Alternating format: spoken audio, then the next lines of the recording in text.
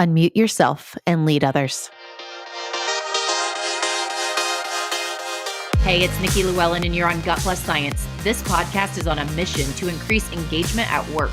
And on this show, we equip CEOs and people-first leaders of all levels to make impact. Let's get to it. Guys, I am so excited. My friend Rachel Druckenmiller is back, and we got to catch up and dig in on her why behind her courageous thought leadership, entrepreneurial efforts, and her beautiful singing. This girl is fire and on fire. And even though we've only known each other a handful of years, I feel like I've been her fan club the entire time she's built Unmuted. The vulnerability she shares mixed with the wisdom she's absorbed and is sharing with the world is powerful. And today we're learning from her story and inspiring more people to step up into their story and gifts and unmute and lead that unmuted spirit for others to adopt. Let's get with Rachel. Rachel, welcome back to Gut Plus Science, my friend. You know, the last time you were here as a guest on the show, it was before you launched your business, Unmuted. It's like, where does the time go? I don't know. We have so much to catch up on. And I was like, how in the heck am I going to pick one topic to talk to her about? There's so many that I would love to dig in on. But I think it's so appropriate to dig in on, you've named your business Unmuted. And we really want to talk about the power of unmuting yourself and leading others in that way. And so what more than that to be the most appropriate topic? So I'd love for you to kick off by sharing with us really the science and reasoning behind why people choose not to speak up, or why this is such a prevalent problem so much that you have built your entire business around it. First of all, glad to be back. Excited to be here, have this conversation. And I think there's a couple things that cause people to silence themselves. So there's a professor out of Harvard University named Dana Jack, and she came up with this concept called self-silencing. And she's done a lot of research in it to find out there's certain things that we tend to silence or not speak up about because or not advocate for. And it's often because of our fear of what other people are going to think of us. It's a fear of being seen as incompetent. It's a fear of being seen as inadequate. It's a fear of what if I speak up and what if I get it wrong? What if I speak up and what if I don't get what I want? And I think a lot of what's driving it is fear. And I think the fear shows up as doubt and insecurity for people. And so really, if I had to kind of laser in what I'm after, it's to really help people at the core move through these like blocks they have around their insecurity, around doubting themselves and what they're capable of and what they're worth. Because I've struggled with these things myself. So it's like, I'm not coming alongside as like, hey, I'm the expert. I've had this all figured out forever. I'm sharing these things from a place of I have been there and I know how painful it is to silence yourself when you have something to say, when you have something to share, whether it's a singing, silence myself with my singing as well. And so I think people are just feeling this sense of wanting to break free, but not knowing how. And I want to help them do that.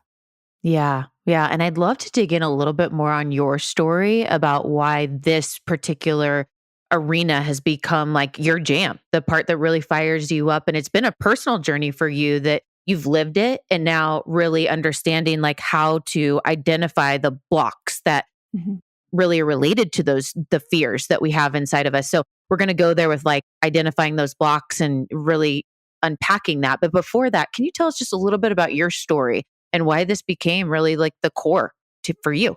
Well, I think like a lot of people, when I was a kid, we handle chaos in different ways when we're kids, right? We figure out a way to cope with whatever's going on around us. We're not logically thinking through, this is how I'm going to cope with it, but we just find a way to cope with the things that are hard. And so for me, growing up, my parents went through a rough patch in their marriage, and I internalized this. I'm sure had certain hardwired tendencies anyway, but I internalized all of that going on around me. And I decided, well, I'm just going to be the good kid. And I'm going to follow the rules. I'm going to do what's expected. I'm going to get good grades. I'm going to have good friends. I'm not going to get in trouble. And I did all of that. And society rewards you for doing all of that.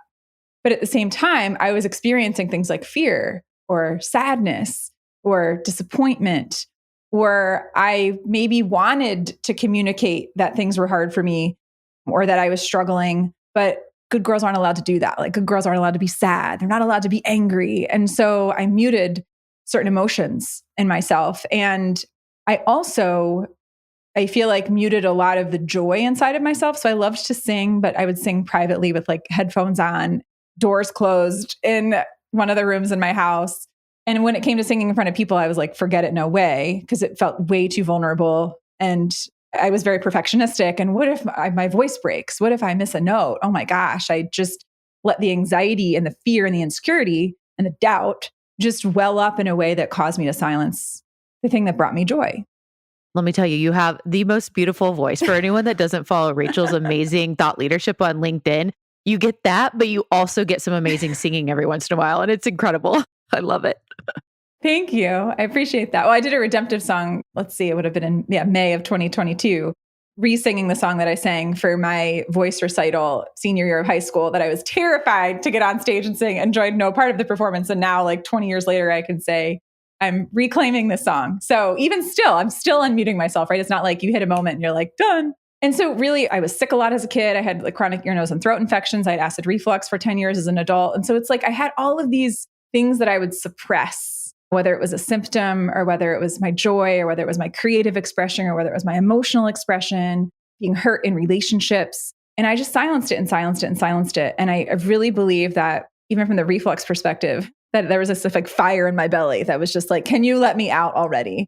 Gradually over the past really 20 years, I've sort of worked on each of these areas of my life, and I've applied the unmuting, to my marriage as well, to my career, advocating for opportunities. It's really across our whole lives, right? It's about unmuting our relationships and our jobs and our bodies and our joy and our expression. And so that we have a fuller, more vibrant life and we feel more fully ourselves and that we can show up and do our best. And so for me, that my story has been this unraveling and this unmuting over a period of time, over a series of experiences that I've had where sometimes I've been doubtful and sometimes I've had a moment of courage and I've stepped into something like launching a business in the midst of a pandemic.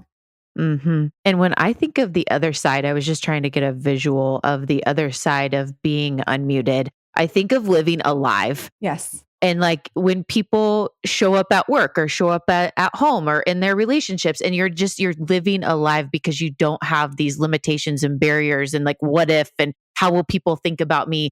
Right. You live free and you live alive, and like, who doesn't want that? So I'm so excited to dig in a little bit more into like ideas in particular for our listeners that are leaders on how to really unlock this in people. But I want to start with, I'm curious, what actions do leaders do? Typically, they might not even know that they're doing it, but it's discouraging people to speak up. One, they, I think, will immediately, if they ask for insight, right? Well, first of all, if they even ask for insight. So a lot of times, one of the things leaders, they don't do is they don't even ask their people for their insights. They just like go to a core team of people that generally make decisions, and they don't go to the people that are going to be most affected by the decision to ask them for their input or to say, hey, if you could wave your magic wand and change one thing about the way we do this, what would it be? They're not asking that question. Or, hey, if you were in my position, you had to make this decision, what's something that I should consider that I'm not considering? Like, you could have people that are interns that might be able to give you insight into that, right? Like, everyone has the potential to contribute something, but we so infrequently ask. Like, you know what I mean? It's like we're looking at, what does this company do in Forbes or in Inc. or in Business Insider? It's like, how about have conversations with your own people? So one of the things they're not doing, I think a lot of times, is having conversations with their own people, humbling themselves, putting themselves in that position of being curious and humble and asking for input. I think that's one thing that leaders could shift in order to help their people to speak up more. I love that. Yes, I think so many times the people that are nearest to the problems have those ideas, even if they've been working alongside the problem for 5 days. If you're sitting here working at a very high level, but somebody's on the front lines, hello, no brainer. Like, how do we overlook that? So all of us just learn that together. Let's ask more the people that are actually doing those things. Yes, wonderful reminder. What else do we often do that discourages the speaking up? Yeah, well, I think leaders, again, because this requires humility, don't ask, hey, is there anything I as a leader could be doing better or differently? Or what's one thing I could change that would make your life better or easier, or would make your work better or easier? What's one thing I could do differently? And to really position it, because people are so afraid to give leaders that feedback because they've been burned. It's like, I won't use this against you. Then they get it and use it against you. So you have to be sincere. If you're going to ask, if you're going to be humble, you have to truly be humble and ask that question from a place of genuine curiosity and a desire to learn and grow as a leader, which is not easy because people look to you as being the person that has all the answers. Totally. And who does? Who is this mysterious person, Nikki, that has all the answers? Like, I don't trust somebody who thinks they have all the answers. 100. Yes. I'm not interested. I'm not interested in that. I think another thing that they do is they'll sometimes speak for people. So when I've done, like I did a lot of times do work with emerging leaders and women leaders because they tend to most frequently mute themselves and doubt themselves and show up with insecurity. So I was speaking at a conference for electrical engineering, that profession, and electrical contracting. And we were talking with the women and talking about times where they felt muted. And they said, sometimes I think my colleague thinks he's being helpful, but he speaks for me in meetings. And that's really not helpful. So if you're listening and you're like, oh, I totally have someone that does that, it's super annoying, to have the conversation and say, hey, I really value our relationship. And I know that you're a big advocate for me. And that means so much. Would you be open to me sharing just some feedback and insight based on some experiences that we've had interacting that I think would help us work together even better and help you advocate for and position me even more effectively? Would you be open? Like, who's going to say no to that? It's such an invitation. And to say, hey, like, I'm sure that when you speak in this meeting, give a specific example. In this meeting, a question was asked and was asked of me, interjected and spoke on my behalf. And I'm sure you didn't intend it, but in the moment, it made me feel perhaps undermined. How did it make you feel? Right? Like, how did that experience make you feel? How did the thing that happened? And again, focusing on the behavior, not the person. So the experience made me feel, or like when that happened, I felt. And I'm sure that wasn't your intent. Here's something that would, in that situation, if we were to replay that would make a really big difference. In that situation, if you could turn to me, if somebody asks a question, if you could just turn to me and let me respond, and not speak on my behalf, that would really make a difference. So I think people are well-intentioned when they're doing that, but I don't think they realize that it essentially sabotages the other person's ability to build their own credibility. So good. I feel like we could say, all right, and this is mic drop. Have a great day. Like, this stuff right here really moves the needle. But a lot of times to the point of saying, this wasn't my intention. Well, our intentions aren't enough, right? So we have to own that. And yes, many times it's not our intention, but that's why we listen to podcasts. And many times I love to ask the question, what is it that we might be doing right now that's contributing to the problem that we might not even know? So here's what Rachel just shared with us. And these things, right? These are needle mover items for driving engagement. I promise you. So good. So asking for insight or input from your people. Hey, how would you solve this? Or what would you do if you were in my position or leading this decision, right?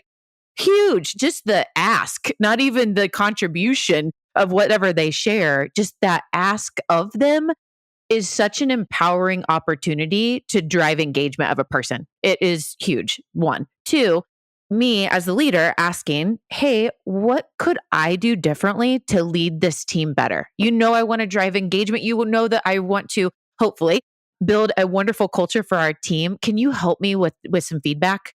I would love to hear your feedback. Like, how powerful is that? That is so big. The next is just stop speaking up for other people in whatever role that you're in. And then it triggered me to think, it's kind of in the same arena, but how often do we assume? I used to work actually you and I met when I was working in the survey business. We were using technology platforms to gain insight through surveys. And prior to having surveys, many times leaders would say, oh, all of the executive team would sit around a conference table and brainstorm solutions to problems. And it was just all assumptions. And then when we started getting data to guide our decision makings, we would have never come up with those things just sitting around the table. It's like, oh, geez. And so these 4 things that we just talked about, I think everyone listening, they're like, well, that was a no-brainer, but I'm doing 2 of those. So take them and apply those. And I hope that was really helpful because I think it was amazing. I now want to dive in, Rachel, to really what you were talking about in the beginning and why like the core of your business is what it is, getting to the root of fear and eliminating the blockers.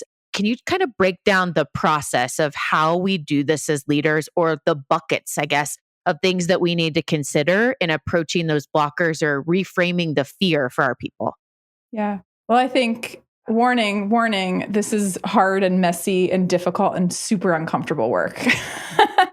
Sometimes it sucks. Like, you have to be willing first and foremost to turn the mirror on yourself And some days you turn the mirror and you see like a big ugly zit, like right on the tip of your nose. And you're like, I'd rather just cover that up with concealer.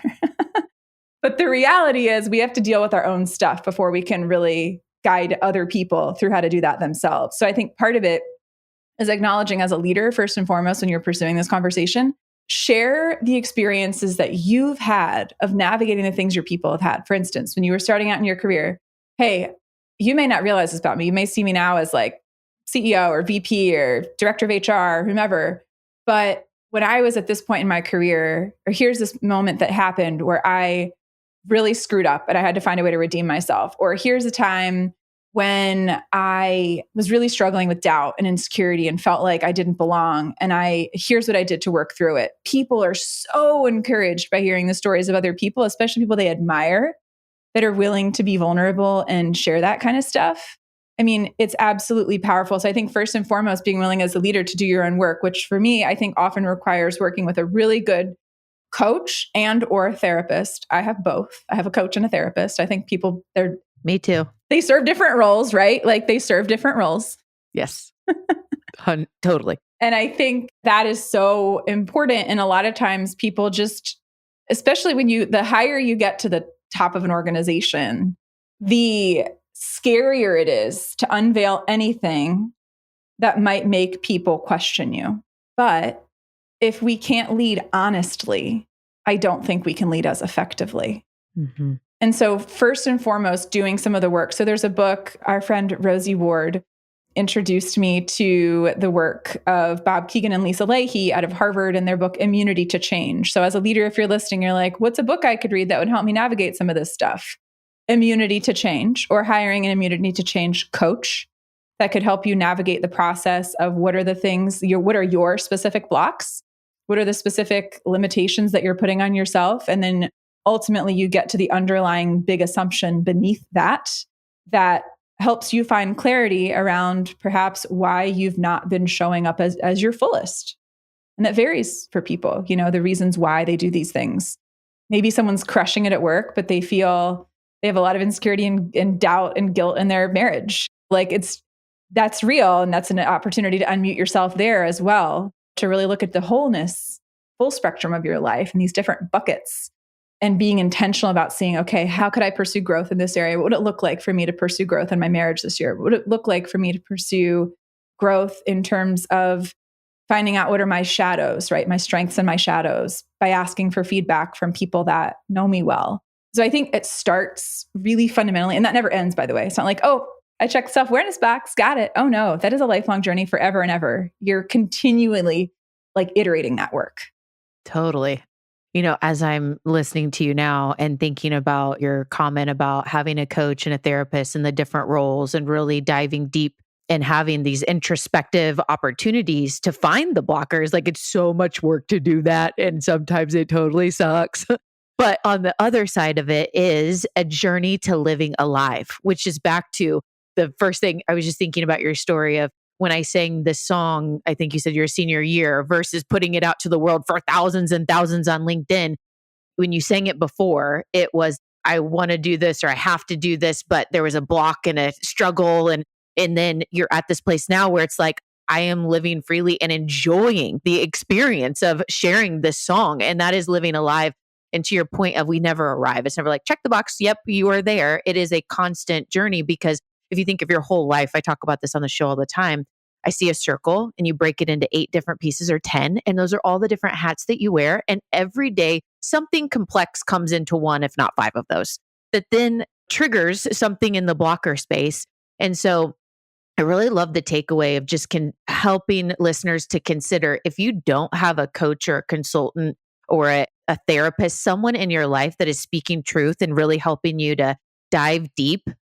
I've never said this on the show, but that has been one of the most integral ways for me to change my life is having someone that I trust to be able to really go deep with me. And I mean, anytime shedding tears and screaming and whatever. Oh yeah. But to get to those things, because the other side is I want to live alive. I want to feel those things. And so as leaders, we would have to pave that way by doing it in order to lead that for other people. That's just the basics that everyone would agree. Like we have to lead what we want others to follow. So, Yes. gosh, so good. And I'm like, oh my gosh, I have so much that I still want to keep talking about here. Talk about the importance of, as an individual, whether you're a leader, whatever role it is, the importance of knowing and showing your strengths to the world. Mm. So our strengths are these natural sources of goodness and energy inside of us. And if you think about, the world has felt like a heavy place for the past couple of years, especially. And when we choose to show up with the things that we do well, with the things that make an impact, with the things that make a difference, with the things that better other people's lives, with the things that make us giddy with excitement, because we're like, oh my gosh, I get so excited, about doing, like, for me, some of my strengths are creativity and curiosity and love of learning. Like when I'm learning something new, I'm totally nerding out and I think this is so fun. Or when I'm building and creating something new, whether I'm writing something or creating a presentation or something, there's this sense of energy that wells up, that we feel alive. There's this sense of, I often say that unmuted is to be joyfully alive and courageously expressed. And that's what it is, and that's what we're all after. We don't want to feel numbed out. We don't want to feel checked out. We don't want to feel burned out. We don't want to feel zoomed out, but so many of us do. And one of the reasons, there's a lot of hard things going on, and there's different reasons why people may be in any of those buckets. And we get to choose how we show up. Like no matter what, I love, what Viktor Frankl says, right? There are forces beyond our control can take away everything except our ability, I'm botching it a little bit, but our ability to choose how we will respond to a situation. Like we always get to control that. And so like today, I was feeling the past 2 days, candidly, I was feeling a little bit just lower energy wise, lower mood wise. I was allowing certain thoughts of fear and scarcity and even panic to emerge as I'm thinking about settling on a new house that's like more expensive than the one that I live in now. And just the reality of that, and the reality of being a business owner, and the reality of being the primary breadwinner in my family. And there's a lot of pressures and stresses on that. But I had a call with my business coach, Chris, this morning, and just being able to share that, he said, you are truly, he's like one of the most honest people that I work with, that you'll just like sit with your emotions that are hard, that you don't like you'll sit with all of your emotions and you'll just acknowledge it. And that has been a growth journey for me to get to that place. And I just feel so grateful that I'm in that position now to be able to do that. But it really is, this is a process. It's iterative. And it's not like you've become unmuted and you're like, I never feel constricted or confined or silenced again. It's constantly reevaluating and seeing like, where am I feeling closed off?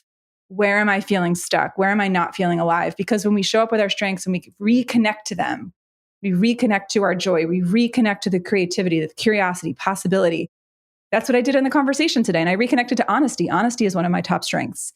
And so when I reconnected in that moment to what it feels like for me to be totally honest, that makes me come alive. And so it's just about people walking around the world feeling more alive and how that radiates to other people.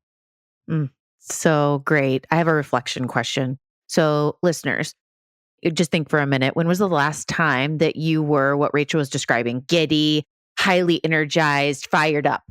Like when was that? What were you doing? And if it takes you too long to think about, or it's like that was not in recent times, I really want to encourage you to think about how you can lead others to be highly engaged in their work and excited about life and living alive if there's blockers there for you, right? And who wants to, time goes so freaking fast. I'm like, how is it already June and how am I already 40? Like how? And so time just flies by, and let's not let that go any further. So just a really great reflection question to think about. And a great step is like, who is that person that you could talk to and kind of uncover that with, whether it's a formal therapist or coach or whatever just yet, but talking to someone about it to move the needle on that I think is so important. And Rachel, I love what you're speaking into regarding strengths and just leaning into those more. One of my favorite tools is Ikigai. If anyone's not familiar, look it up, Ikigai, really honing into like your strengths and what, gets you fired up and where you bring the most value to the world and causes that you focus on and things like that. So look at that a little bit if you're not familiar. And Rachel, I know you had mentioned courage, and I had already written this question to make sure that I brought this in to our conversation today. I feel like you are one of the most courageous women I know. I've known you for 5 years-ish, 3, 4, 5, I don't know. And we were talking along your journey of bringing your business to life. And you'd been in the same realm of what you had done for a very long time and were very good at it. Lots of relationships in that. But I was walking alongside you as you were stepping outside and building your business, let alone the transformation of like bringing your singing to life and putting it out there for everyone. And all that you've done to really muster up the courage and embrace that. I would love for you to share, being one of the bravest ladies that I know. What are the keys to that? What's rooted there for you? One thing that comes to mind, first of all, thank you. And you've been a part of this. I remember conversations that I had with you at like airports, like 3 or 4 years ago. I love it. In the midst of this. So one of the things that I talk about often is the importance of, and I posted about this actually yesterday. So May 31st, 2019 was the day that I told my CEO, who I had known for almost 20 years, that I was leaving my job. September 1st. That I'm out. September 1st. It wasn't even a question. It was like, it's courtesy, I'm letting you know that I'm going to be gone. And a lot of that, I got 2 text messages the day that happened. And so there's a point where I'm going to share these a minute apart. I got 2 text messages a minute apart while I was in the meeting from 2 people that do not know each other. And one of them said, "Hey, I think your meeting, like I'm praying for you.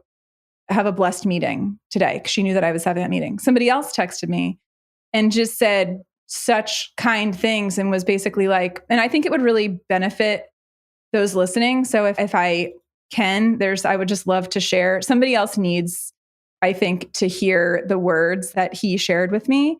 And so I would love to just share them with the group today. So he said, "I think today's your conversation with your CEO." So the next part is what's more relevant to everybody. "Be well differentiated. You don't have to prove anything. You don't have to defend any decision. You don't have to convince anyone of anything. Stay focused on the decision you need to make for you and your husband. Be gracious but courageous. You've got this." Wow. A minute apart. I get the first message, "Praying for you, have a blessed meeting." 8:41, 8:42, ping. I usually don't have my phone out in meetings and I usually have it face down. It was face up for some reason and I saw it out of the corner of my eye and I was like, now is the time. So the point being is the importance of what I refer to as borrowing other people's belief in you. That really helped me. I had people that I worked with, multiple people that I worked with that would say to me at the corporate level and at my local office, one of them said, "How long do we have you?" After they heard me speak to a group of like 300 people. This was 4 years ago. "How long do we have you?" And I was like, "What do you mean? I'm trying to make my way up and be like kind of the corporate golden child here, wellness, and send me all over the country." And he's like, "You don't need us to do what you want to do. How long do we have you?" And I was like, "I don't know, 2 or 3 years." And then less than a year later, I was like, "Bye." So I just had people that did that. They would say things like, "You could just do this on your own." I mean, and you were one of the people when I was concerned financially of like, how am I going to, you were like, "Oh my gosh, you're going to have no problem. You're going to have no problem making money doing this." And I doubted whether or not I would because I've never had to do all of my own, hunting and gathering. And it's been great. Like I've worked really, really hard. And I had so many reps in before I left. So part of it was like I had spoken hundreds and hundreds of times before I left to do this on my own. So I knew that I was a good speaker. Like I knew that the feedback I was getting from people, I'd honed some of my skills and all of that. I invested in training. I think a lot of it is investing in yourself. I've invested in myself throughout my career. Some things my company would reimburse for, certain tuition or certifications. Other things I paid for out of pocket because I truly believed that it would have exponential value over time. So I think making investments in ourselves, I think having people around you that see the potential in you and speak into that is really, really powerful. I think also having clarity, pay attention to what people thank you for. Pay attention to that. Pay attention to the specific words they use to call out the impact of what you've done. Most people don't do that. They don't pay attention to that. I would pay attention to the specific things people would say, and I would hear them over and over and over again of, "Oh, that was so refreshing," or "That was so engaging," or "Gosh, you really made me think." Or I'd have people come to sessions and say, "Oh my gosh," I'd see them 6 months later, "After your workshop about burnout, I left my job because I realized how unhappy I was. And now I get to pick my kid up from school." I'm like, "Oh, well, shoot." So like, we don't always know the impact of what we're doing, but there were so many nudges. There were so many things that were happening. Being in community is so powerful too. And that I went through heroic public speaking, a professional speaking training, and being in community with those people where I was feeling silenced and muted at work in certain ways. But then around these people, I'm like, for the first time, singing and speaking on a stage. I'd never done that before. And they're like embracing it and they want more. And I had this sense of, oh, like this is what it means for me to sort of like peacock. Like I love peacocks. They're all over my house. They're, I love that. like the back of my phone case is a peacock. They're everywhere. I have a stained glass. All over my house, peacocks. My friend, for our pool, for our new house, my friend even sent me this giant 2-seater peacock float. I love it. It's so obnoxious. It's so great. So for me, that's when my embodiment of being unmuted, it's not the proud, arrogant part of the peacock. That's not ideal. But it's to the open and expressed and willing to be seen and embraced for all the beauty that you have to offer and all the fullness that you have to offer. That is my embodiment of what it feels like when I'm really unmuted. And those are some of the things. And my faith. I mean, my church community has been a significant part of my journey, and my faith and just trusting that I've been divinely appointed to have an impact on people's lives in a powerful way. I trust in my core. I believe that. And so for me, it feels like I'm convicted. I feel convicted and compelled to do the work that I do because I feel like I've been given many gifts and many privileges and many opportunities, and that I am to appreciate and embrace those things because of the impact I'm meant to have on other people. Well, that was beautiful. I'm so glad that I had typed that question out, I don't know, a month or two ago. And I was like, make sure you ask this because that might have been my favorite part of our talk today. And this was so rich. And I just want to reflect on a couple of things you shared. The power of borrowing someone else's belief in us. I could tell story after story. I even have some go-to, like I use a Mac, and on my notes that go on my phone or anywhere I go, I save little emails about things when I'm like, gosh, that was so nice. They're saying, you said that about me. I need to keep this over here so I can reflect on it on a bad day. Or looking at like LinkedIn. I used to say a long time ago, wow, LinkedIn and what people say about like their recommendations that they leave about us. Reflect on that on a bad day, because what people think, like sometimes we just need those things to build us up when we don't have actual community opportunities that moment or that day.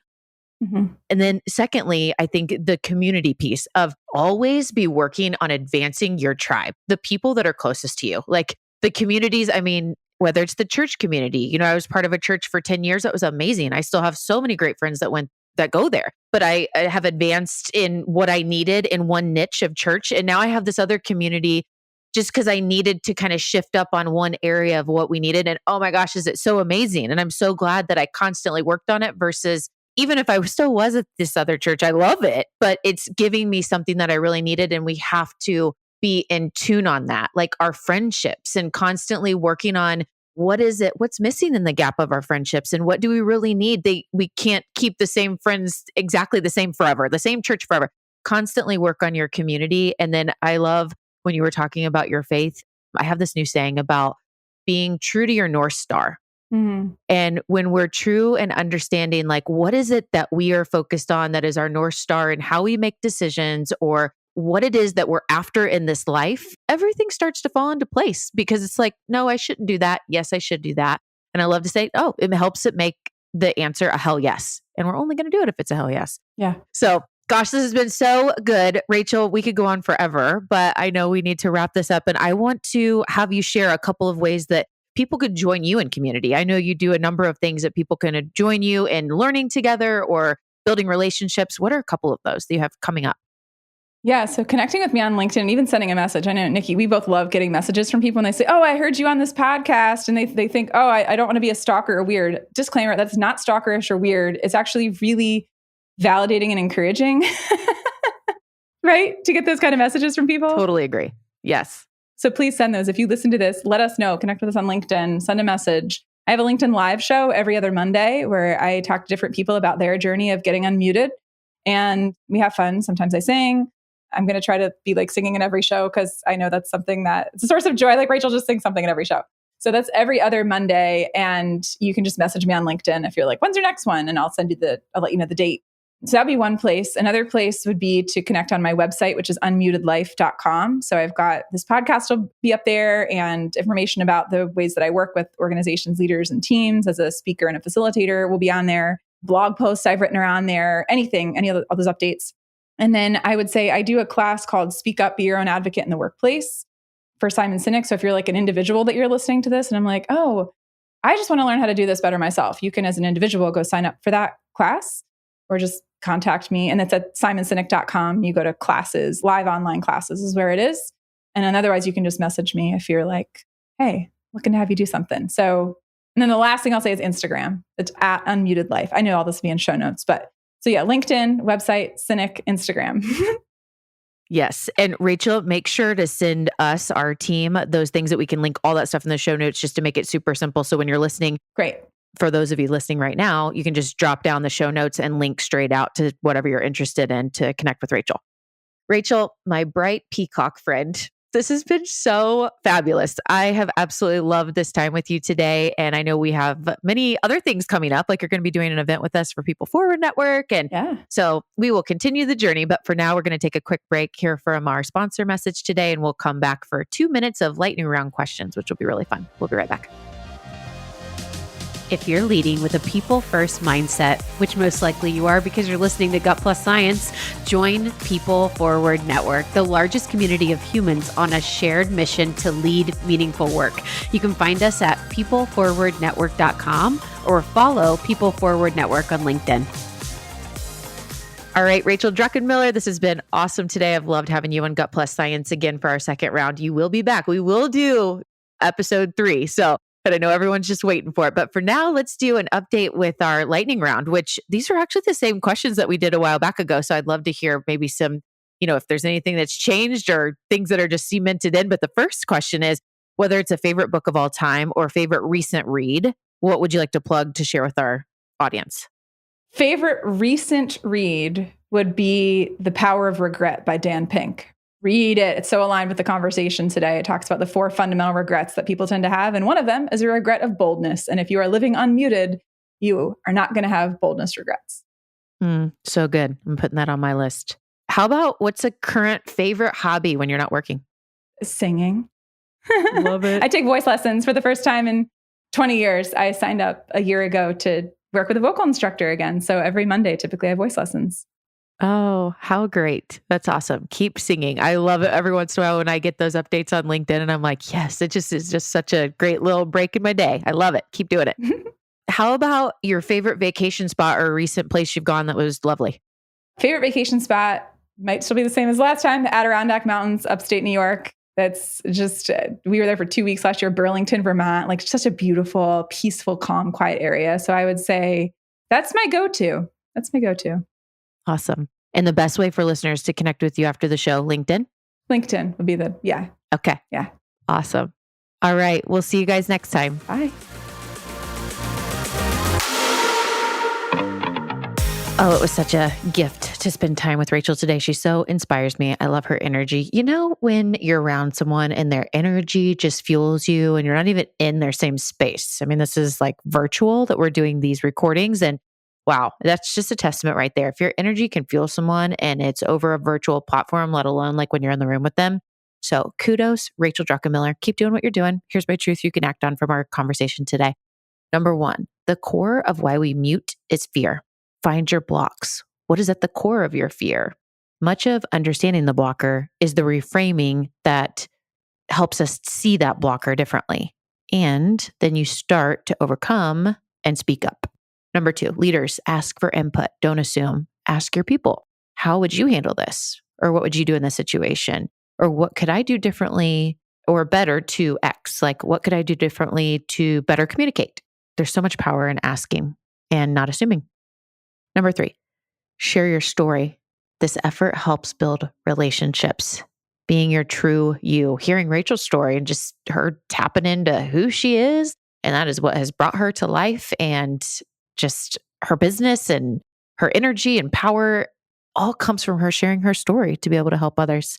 And again, a friend that I'm honored to know. Number 4, coaches and counselors are kind of a must. Both serve different purposes, but complement each other. And I think we have to have those types of people in our lives to get through the fear. There's no going around it or over it. You have to go through it to get to the other side. Otherwise, it's just always still there. So Rachel and I talked about our experiences with coaches and counselors serving these different angles of assistance to help us get through and overcome. And number 5, borrow others' belief in you. Those powerful texts and emails, save them. Handwritten cards that recognize you, save them and lean into them as often as you need. I love that concept of borrowing belief. I've definitely had those seasons of life. Rachel, thank you so much. We'll see you at our upcoming event. I can't wait until we collaborate together again for one of the events for People Forward Network. Can't wait. See you next time. Bye.